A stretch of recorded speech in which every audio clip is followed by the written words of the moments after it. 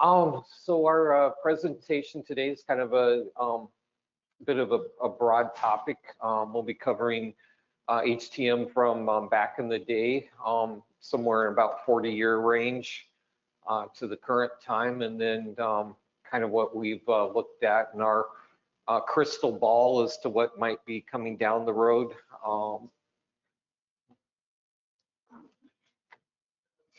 You have anything? My name is Claire. I currently live in upstate New York in Rochester, and my specialized modalities are Hamilton ventilators and GE central station telemetry monitoring. My name's Brian, and I live in Denver. I've been in the business for a long time. So I've been both a biomed and done imaging. I currently work on cath labs and CT, do a little MR on the side. I just want to say congratulations to my dad for making it 40 years in healthcare this month. Oh, well, thank you. Thank you. Today, we will be discussing the history of PMs, repairs, inventory management, parts, ordering, and training, as well as the current field and the future. And then we'll also be covering job responsibilities, work locations, test equipment, and then we'll have a nice conclusion to wrap it all up. I think it's always important to understand how the future evolves comes from threads of the past. And so when I researched information for this presentation, I realized that x-rays were discovered in 1895, and the original head x-ray were 11-minute long exposures. By 1901, the first EKG was invented. Its large magnet caused it to be over 600 pounds. By 1919, the US Army created the first clinical engineering department. After that, in World War II, microwave radar technology led to the beginning of medical imaging. And by the 40s and 50s, the innovation of changing mechanical gadgets to electronic devices began.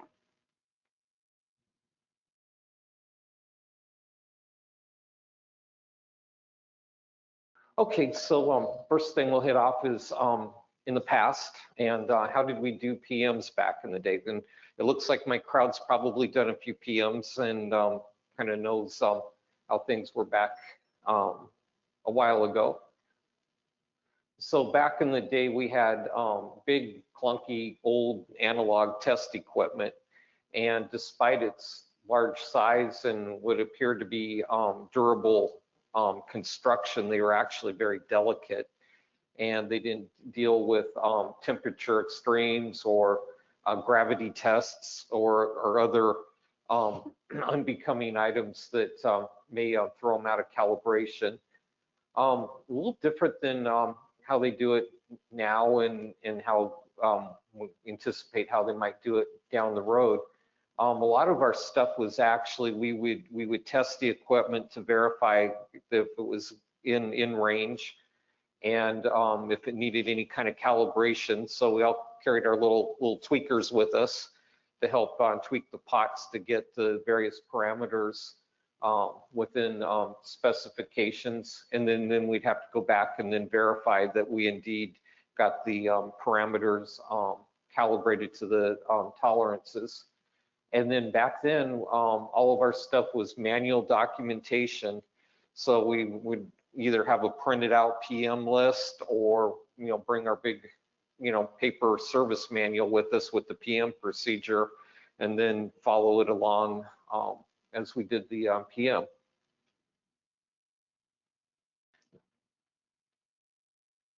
So today,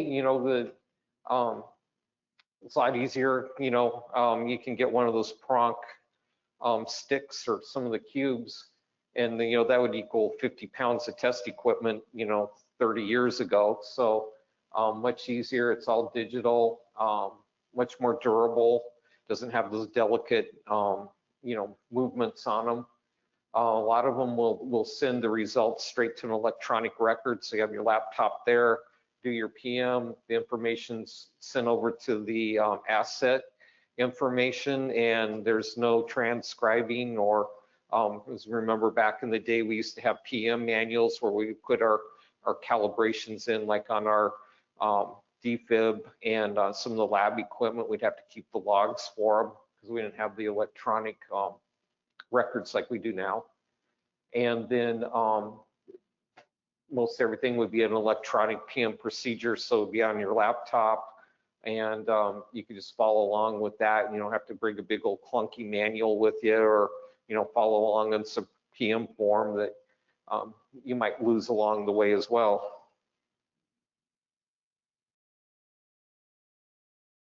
And then, pardon my cliche, because I know the term AI is used way too much, but I couldn't come up with any better terms. But now we'll probably somewhere down the road, we'll have some kind of AI-based type of a PM check. So, you'll have a computer thing. You might have like a, I don't know, some kind of wireless interface between your test device and the actual device that you're doing. That's actually probably something that's even current. You might have an AI predictive type analysis. So for anything that's like consumables, say like it's I don't know, maybe a patient monitor and it's got a cooling fan on it, it will be able to read how many cycles that fan's gone, and then give you a suggestion that you may look at changing the fan, or say like on a ventilator, it might tell you that your filters are degraded enough that you should change them now and not wait for the 10K PM to do them. And then also having a serialized electronic PM kit, so it will allow for a more traceable record of when the PM was done, and also what parts were actually put into the system. More Big Brother. And then next we have repairs. So how did we do it back in the old days? Doesn't seem like it was that long ago, to be honest. So back in the day, we had big old clunky service manuals. As a matter of fact, the hospital that I worked at, we actually had a library full of all of our service manuals, and it was, rather, took up a lot of space that could be used for other things. Also in the past, we only had our manual troubleshooting. So, break out your, digital voltmeter or other test equipment, and start tracking stuff down. There wasn't any kind of electronic aids or help or anything. You open the thing up and took your best guess as to where, something might be wrong. And then, going back before the internet, all we had was basically phone support. So if we called up the manufacturer, it had to be within a certain parameter of hours that we could reach someone. So if you're on call, you were kind of out of luck until, if it was East Coast time.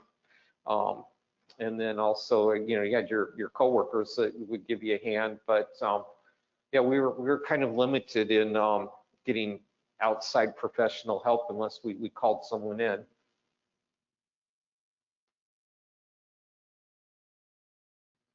How we do it today. So currently we have advanced versions of PM software and programs that will run through the majority of the procedure without human interference. Eventually, Bluetooth and wireless transmission will become the mainstream communication between the device and the program. There's certain devices like ESUs that currently it's rather challenging to do something like that wireless, and that will continue to improve and grow as basically the test equipment has to evolve with the changes of the devices. And we had new ESUs replaced throughout our health system, and our test equipment was simply too old to test every function of it, specifically with the bipolar settings. So understanding that the ports change with each new device, the cabling, even just My mind just went blank. Okay, so yeah, so now that things are a little more specialized and specific, so even though that they're a little more user friendly as far as doing the PMs on, they do have specific requirements to be able to do them. Like you made the example of the ASU, the old ones, we just stick the pencil in the one port and put the clip on the rim. Little stub that we make for the Valley Labs, and then we were good to go. Well, the newer machines are smart and are able to determine when we're trying to either bypass or not do it the right way. So there's a new concept with intelligent devices, and it's starting with life support, where serialized consumables and parts have to be programmed into the device in order for it to work. With that being said, there is a higher risk of cybersecurity with Bluetooth devices that will require better communication and encryption, known as passkey entry or numeric comparison methods. They are the most preferred standard we have for protecting patient data, and there's an everyday battle to improve those as hackers become more creative in bypassing those. Even yesterday, I was having a conversation with someone, and they said that people can hack into a security camera at the edge of the hospital property and infiltrate into patient data just through that.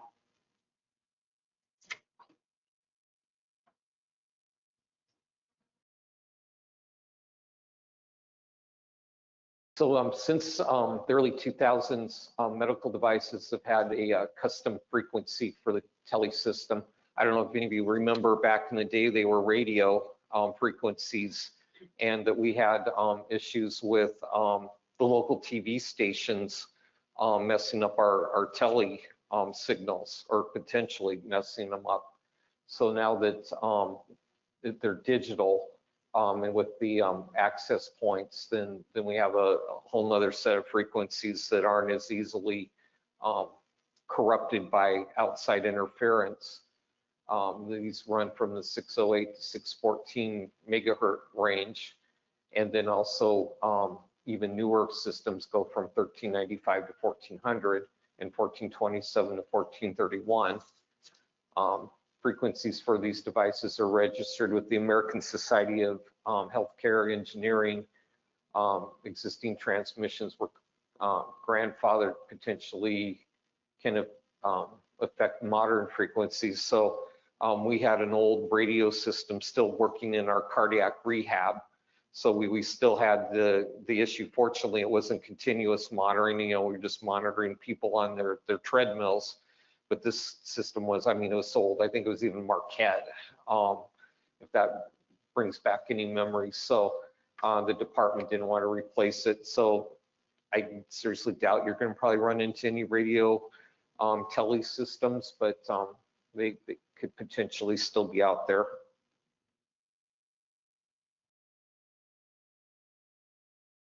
And then the future.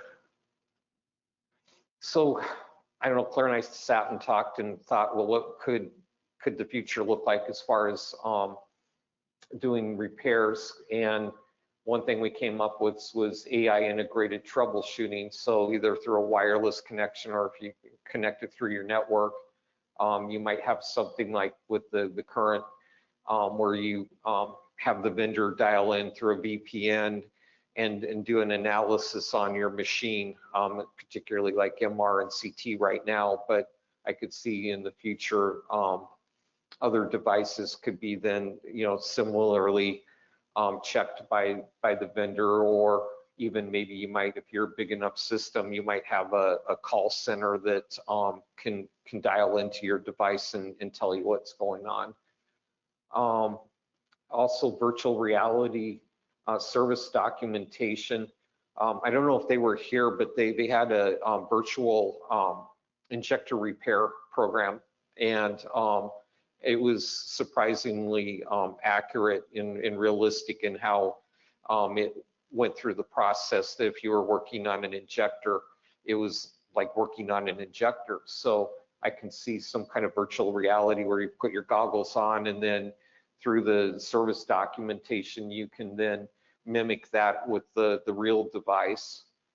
And then also self-diagnostic software, which isn't anything particularly new, but it would be just a much higher level of diagnostic that, you wouldn't have to necessarily even interface with anyone. You could just hook it up or have the wireless hook it up and then run it through its diagnostics and then tell you pretty much where you need to go.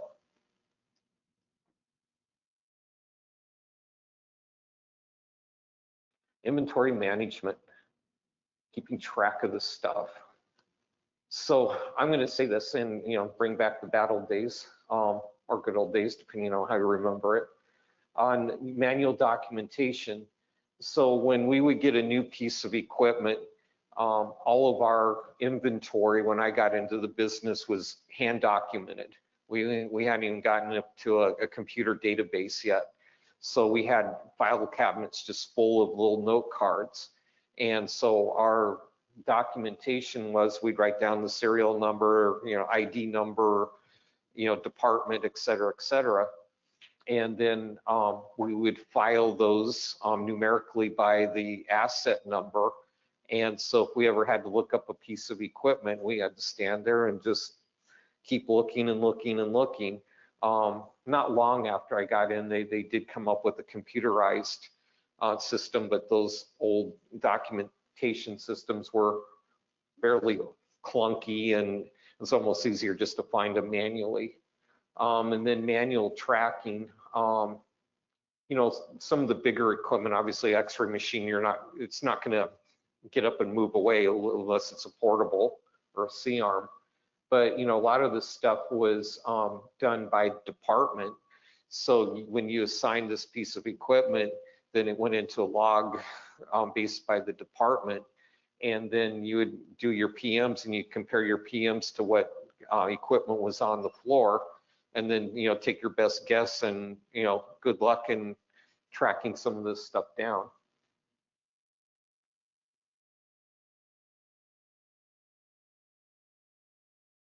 Today, the majority of our job is integrated into a centralized database where multiple components of work order responsibilities communicate. These components consist of the full equipment inventory database of an entire health system and can be categorized into individual hospitals, departments, and even patient rooms and storage. Part ordering is structured to have a memory of the parts in stock at your facility and can be ordered through a company database or from the manufacturer directly. So you basically have a live idea of what parts you can assign to a work order, and it will remove them once they're assigned to a certain device. Live tracking systems are growing more common, starting with smaller mobile devices. Mobile equipment is oftentimes relocated through ambulance transport to neighboring facilities. For about a year and a half, I did full-time traveling for inventory databases, and I did get to see the start of a very mainstream concept of an entire individual inventory team that was full-time just doing the live tracking. And there was a lot of difficulties with the trackers being disabled by cleaning, and they could be removed. And it's a rather costly thing at this time. So there's going to be a lot of development in how to make it more affordable and basically tamper-proof, whether it's from the cleaning products or outside people that come in and try to steal these devices. It will, in the long run, save the hospital a lot of money, because currently anything that can go in a pocket can potentially go home with a patient, or it can get thrown in linen. It can just be disregarded as disposable, specifically with like transducers and stuff. So this will protect the equipment and minimize C&L reports. Here's a little funny story. So one of my counterparts was at a local flea market and found a number of Abbott plumb pumps that belonged to the hospital for sale at the flea market. And I was trying to wrap my mind around, well, who would steal an IV pump unless you have the fluids and the cassettes? It's going to be virtually useless. But I guess if it's loose and someone's able to walk off with it, they'll find a way. So this will save the hospitals a lot of money and for lost equipment and time for us from trying to look for this stuff.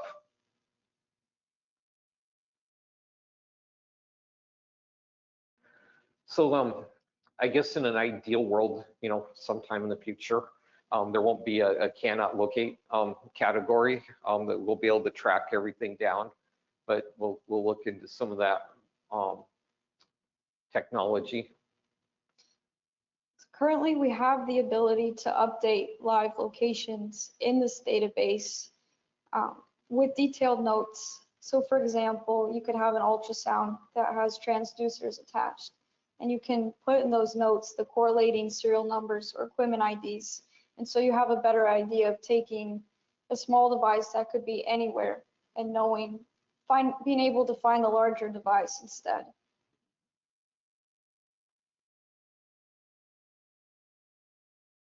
Parts ordering and management. So back in the day, it was all about getting the goods.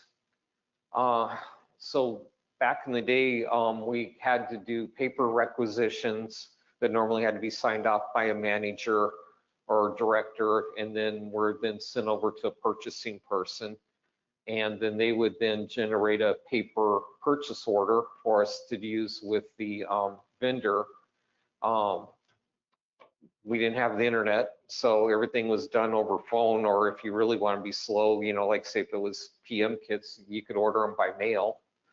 And then back in the day, compared to how things are now, we had much bigger inventory available. So, you did your best guess as to what parts that would break or wear out most often, and then you would try and predict, order a few extras so that if you did have a device go down, that luckily or hopefully you would have that part available in your own inventory.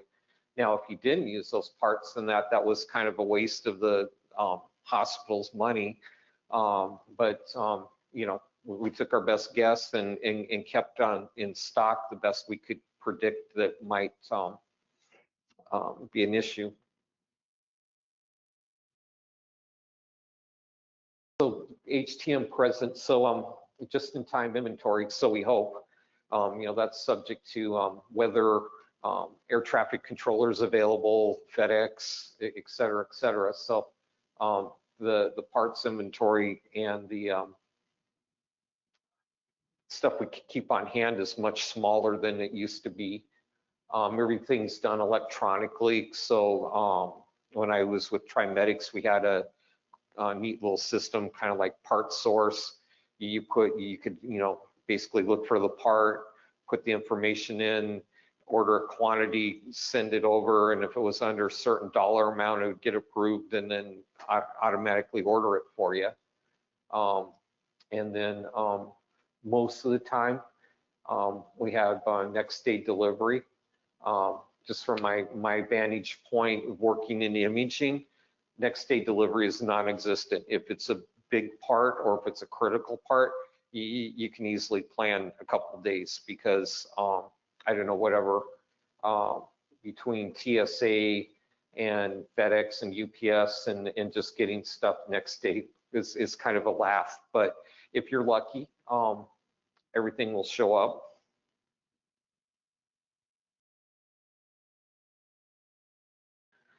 So we can imagine, I guess, a future somewhat better than what we can with Amazon, with doing the one-click shopping. Changes with part ordering in the future will consist of a decrease in replacing physical fruit parts from the manufacturer, causing an increase in more complex software integrated equipment. You will need training. A lot of these software programs are not free from the manufacturer, so they will have to factor any equipment upgrades into their budget and just the resource alone to get the PM complete. And PM kits might potentially become more digitized from now on. Laptops will need to have a higher threshold for storage of software programs, files, and documents. So the refurbished laptops we get now are going to be phased out rather quickly. And equipment is no longer as forgiving with backwards compatibility, leading to mass discontinuations of parts for older equipment. Devices will continue to become smaller and more portable, and thus a higher risk of losing them and a higher need for the live tracking systems.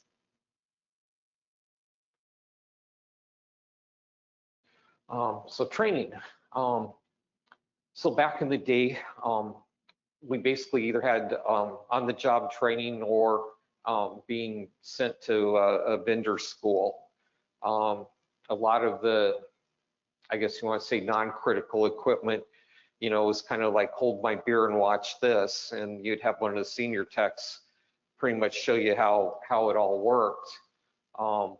Hopefully you had that option, and then if not, then you would have to go to a service school. Well, that was actually a big treat. You know, being able to get away from work for a while and get wined and dined and go to, you know, manufacturer or even like a IS or like a third party training. So, you know, it did have its perks and its benefits, but if you didn't have the budget or the manager that had the foresight to send you to a vendor training, it kind of made things a little difficult. The other option was then to, you know, call in the vendor or service person.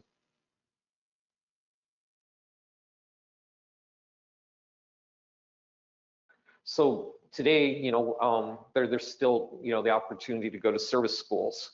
However, between the pandemic and technology, a lot of the learning is now done on your computer or through remote learning. So unless it's something that, you know, you just have to be there, kind of like, I don't know, maybe like an x-ray machine, you know, it's kind of hard to do VR or, you know, some kind of online learning on a specific machine. You could get your, I guess, basics in theory done on a computer or remote.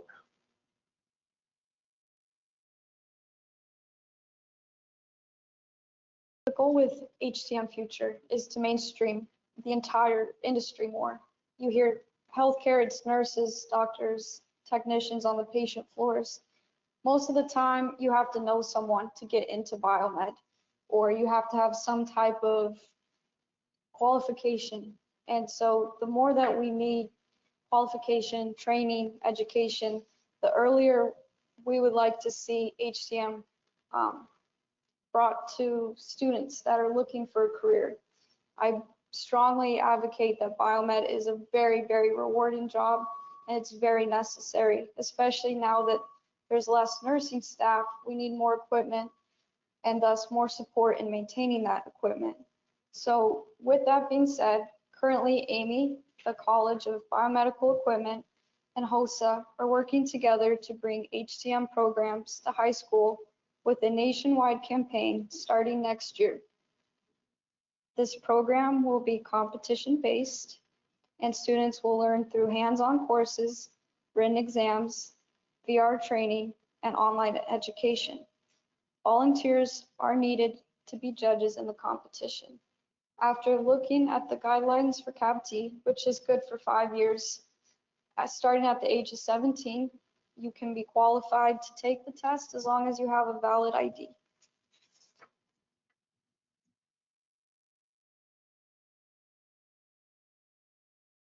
My inspiration for this slide stems from a coworker in imaging that's currently putting herself through college as well.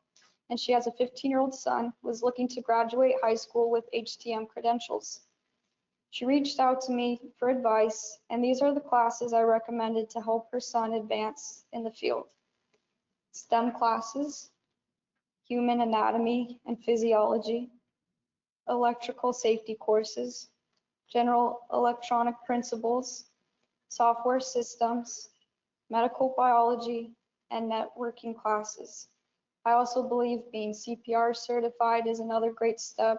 Being able to read heart waves makes it a lot easier to understand when the equipment is not functioning properly and when it's user error.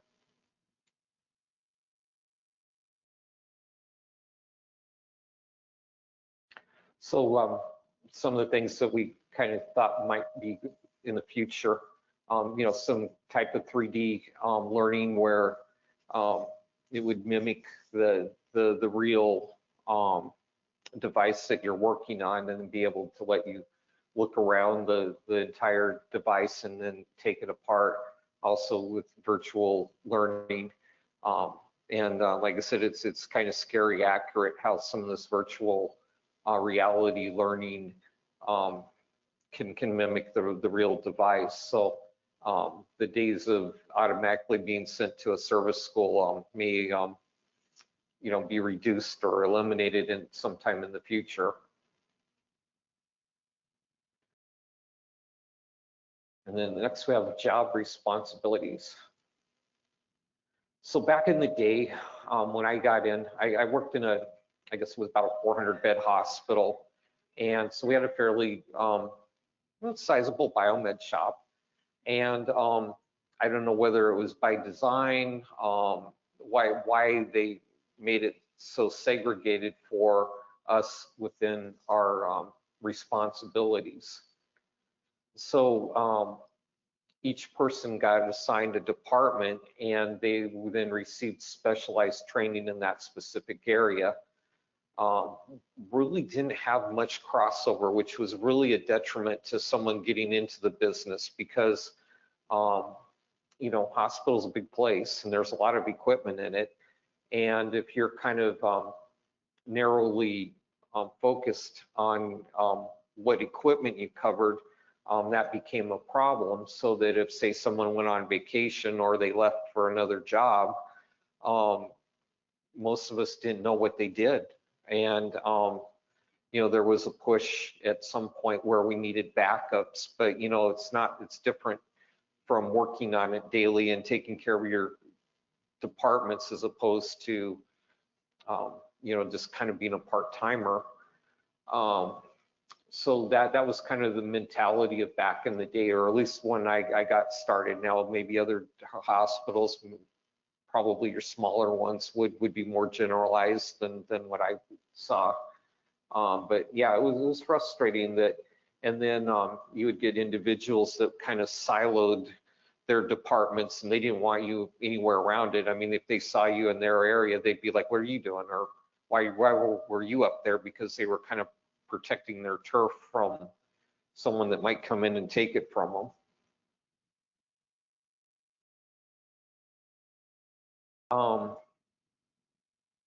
So with that slide, it said jack of all trades, and I very much feel like I have to be kind of good at just about anything. I have to be familiar with any equipment that is in our scope of service. I have to know where it is, where it might be located, and the severity if that device goes down. Is there 6 replacements or is there none?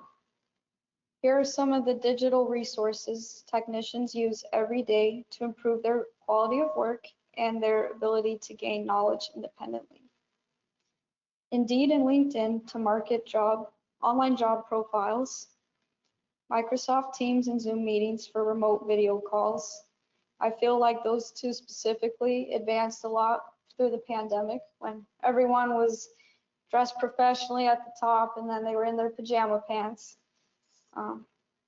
All mainstream test equipment companies have developed advanced communication from the device being tested to the work order databases, oftentimes wirelessly or with minimal connections, to upload programmed results, creating a seamless repetitive process for faster PMs, mobile testing, and repairs. This is a huge advancement for anyone field service, or if you have a small hospital, small workspace. There's a lot of components that move within a PM, and knowing that it's all in one stationary place, and you have the ability to have a PRONC tester actually connect to another simulator as well and run multiple components of the PM procedure at once.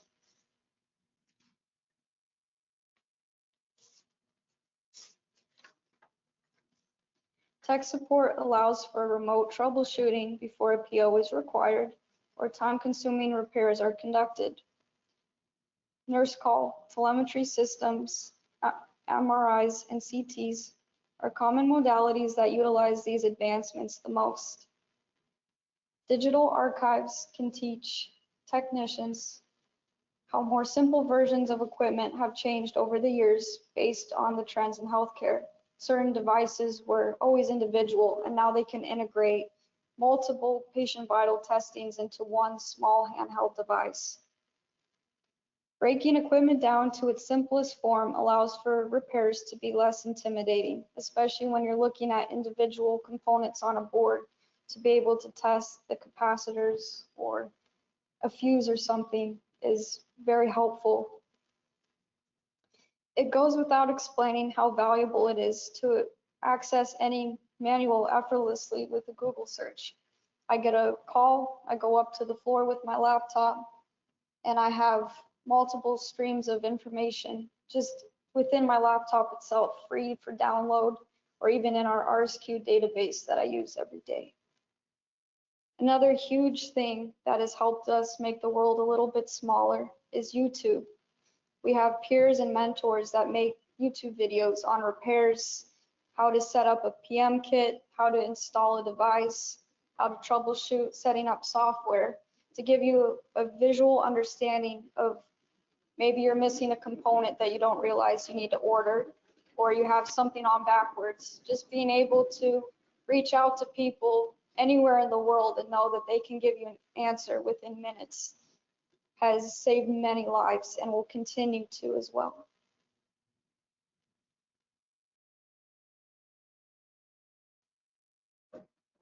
So we again sat and discussed what we think things might look like some years from now. So you can kind of foresee that back when I got in, the training and our skill set was very specialized. So we were basically trained and geared to work on specific equipment, and we were less generalized. So I can see as time goes on or in the future, it's going to be more like Claire said, we're just kind of a jack of all trade, and maybe even less so. You may not even have as much training or specialization, because a lot of the people that we're bringing into the business now don't necessarily have the same technical knowledge that people did 20 years ago. And but yet we're relying on them to keep things going. So I can see in the future that not quite as specialized, or maybe locked into a certain modality or department.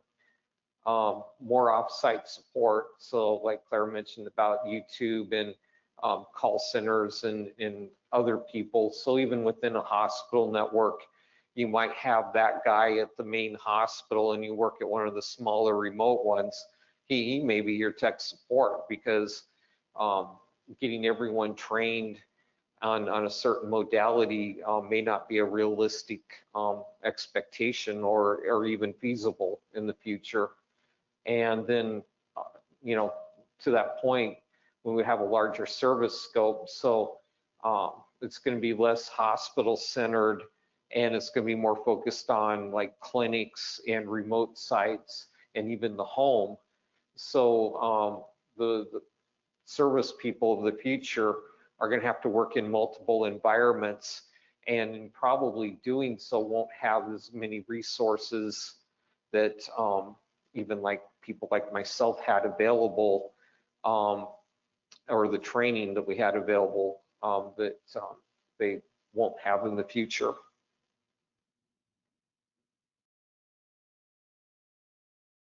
Work locations. So back in the day, Biomed were basically hospital dwellers, whether it be in the basement or if you're lucky you had a window somewhere. We pretty much just stayed in the basement or in the hospital itself. They might have like some off-site clinics, but we're all in all, most of the care, if it was significant enough of a level, was done at the hospital, and then we only had to just go up on the floors or to the departments to access the equipment.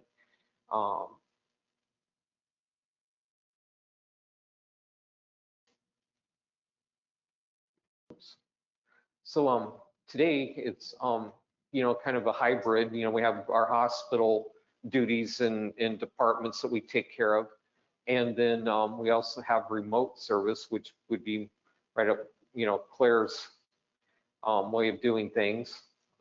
Anything you want to add to that, or?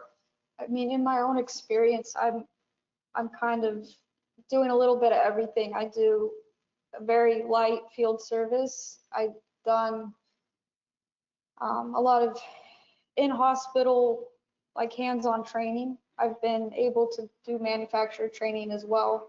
And the one thing that I've gained from all of this is the understanding of how each department affects the other. You feel like the more the software integrated technology advances, the more we're required to understand IT, and there's less of a gray area.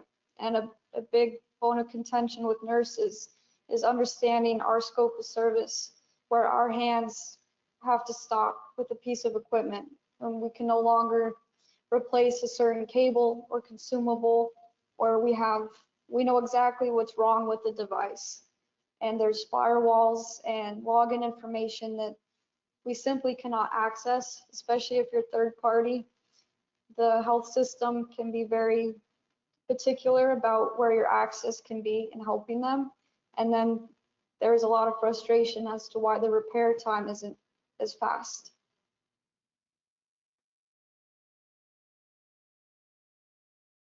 And so I'm seeing the future, just the general direction of healthcare. There tends to be a kind of a de-silo, movement to move stuff out of, these big hospitals and then make it more remote. Some of that's driven by the economics of healthcare. It's cheaper to take care of a person at a clinic or even at home, as opposed to taking them to the hospital and making them a patient. Also, the technology is allowing us to be more remote. I mean, as the technology grows, just about everyone has some kind of Wi-Fi or internet access at home. So these devices then can be monitored remotely from the hospital or wherever the caregiver might be. And so again, saves money and saves time, and probably even better care, in that the patient's in a comfortable surrounding, and that they don't have to go into a hospital and worry about nosocomial infections and paying huge bills for service if they can do it remotely.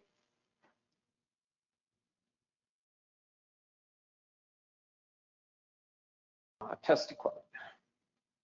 So as I mentioned earlier, our test equipment was rather big, analog. We didn't have much digital equipment back in the day, and it was clunky.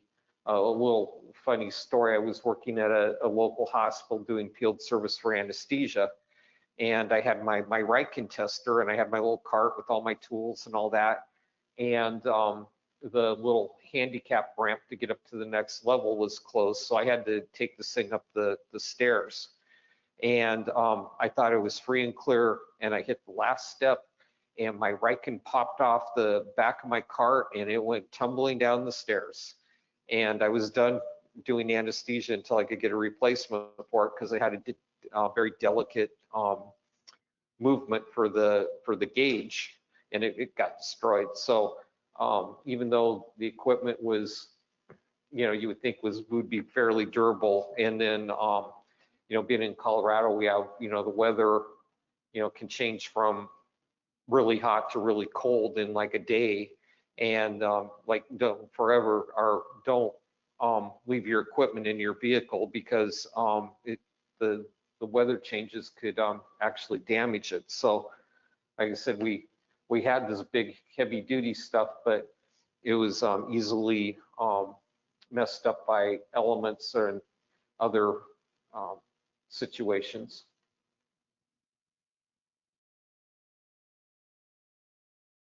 Now we have our equipment, like I said, you have your little prong cubes and sticks and some of this other test equipment. A lot of this stuff you can just either talk to it through your Bluetooth or your wireless, or even physically connect it. You don't have to write the stuff down and then go back to your bench and then put the information in. It'll just send the information right over to your computer. Also, you can have, there's limited diagnostics that can be done. This keeps improving as time goes on. But so you can then access service documentation and other things directly to your, while you're working on the device. I can honestly say now test equipment is still very sensitive to temperature and sometimes even barometric pressure and altitude based on where you're working. Even the consumables as well can be impacted by this. The standard expectation for test equipment is to have it calibrated annually by a third-party company that is qualified. Avoid heavy PM months during this time because any equipment that's relying on this test equipment is rendered. Certain test equipment requires being sent to the PM headquarters and can take days or weeks to return. Techs are expected to be familiar with dozens of different kinds of test equipment, and here is just a few of them. I've learned that your ability as a tech relies very heavily on the test equipment that you have, and so you can be more than capable of maintaining devices, and your limitation might be that you just don't have enough test equipment and you have to share with your coworkers, and it can slow the whole process down.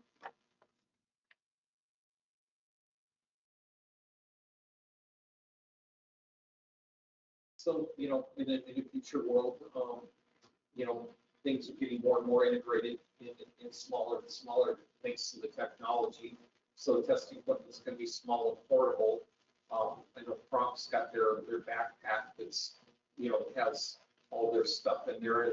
And for the most part, you can test just about anything as far as the biomed side. You can imagine that it's going to be networked.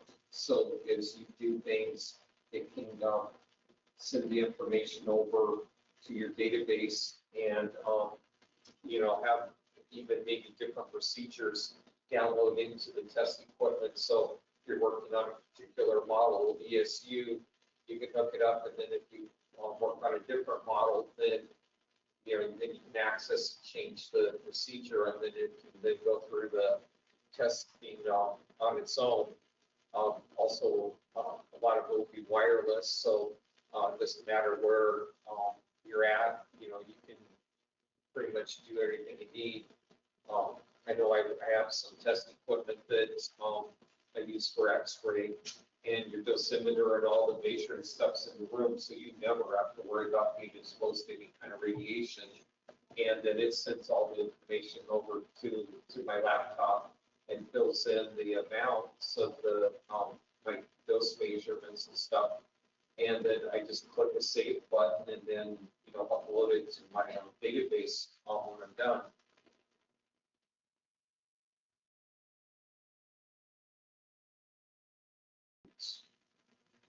So let's start on speaking wireless.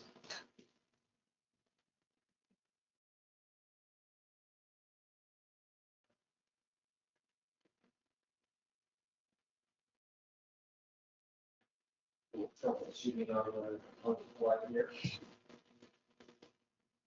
Oh.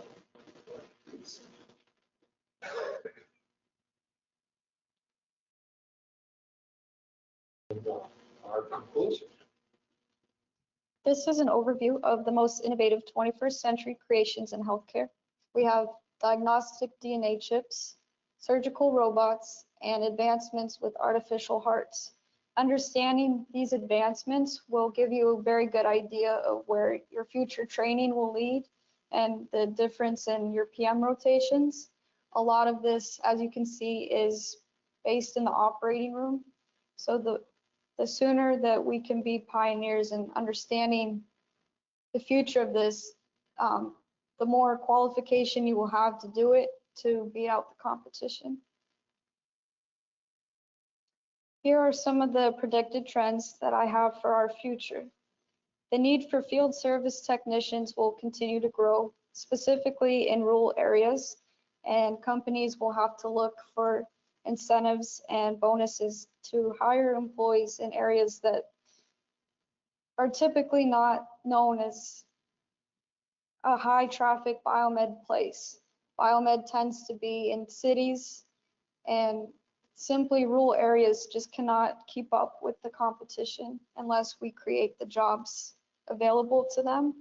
And then, of course, provide training. I've seen people that were tow truck drivers that were hired into imaging because they just wanted a body put into the field, and they don't understand that there's a lot more to it than just looking the part. Maintaining at-home patient care devices will increase, so having to be comfortable with going into someone's home behind closed doors with expensive test equipment and not knowing their situation. These patients are very sick, they may be contagious, their home life could potentially be dangerous. So we need to advocate and protect technicians that would be exposed to those kind of environments. The trends for home births have decreased. The trend of home births will decrease labor and delivery units. Wound care departments will change significantly based on small clinics and at-home care. Less hospice care facilities, and they will be isolated from hospitals and certain nursing homes. Then there's been a major advancement with portable dialysis machines, and they will need to be serviced in people's homes through the whole PM.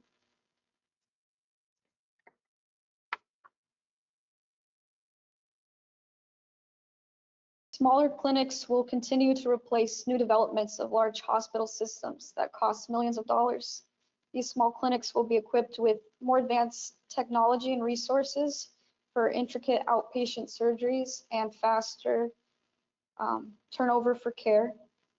To reiterate, electronic devices are being phased out by software within computers and wireless transmission. AI will need to be closely observed as it grows more influential with the changes in software development.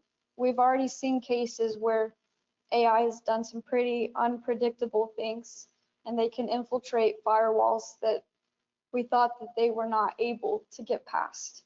And so hackers will have more ability, more range to enter any patient vitals and see the patient's name and potentially get into, budgeting and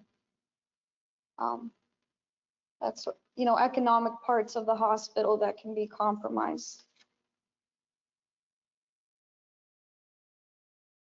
I just want to thank you all for your time. I know this presentation drags at the end of the day, and it's really an honor to be able to speak to like-minded people and to share my ideas and the things I've learned.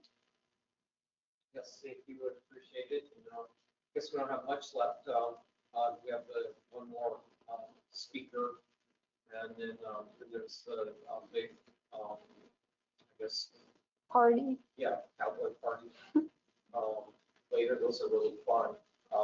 So if you have time to stick around, that's a good way to unwind and hang out with your fellow HTM people. And, thank you.